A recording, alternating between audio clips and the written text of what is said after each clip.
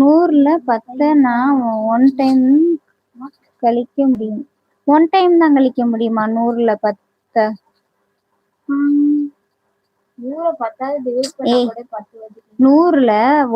100ல 10னா one time தான் கழிக்க முடியும்னு சொல்றாங்க ஜனா.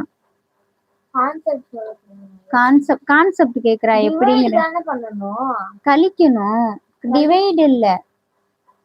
உனக்கு எல்லாமே இங்கிலீஷ்ல சொன்னாதான் புரியுமா?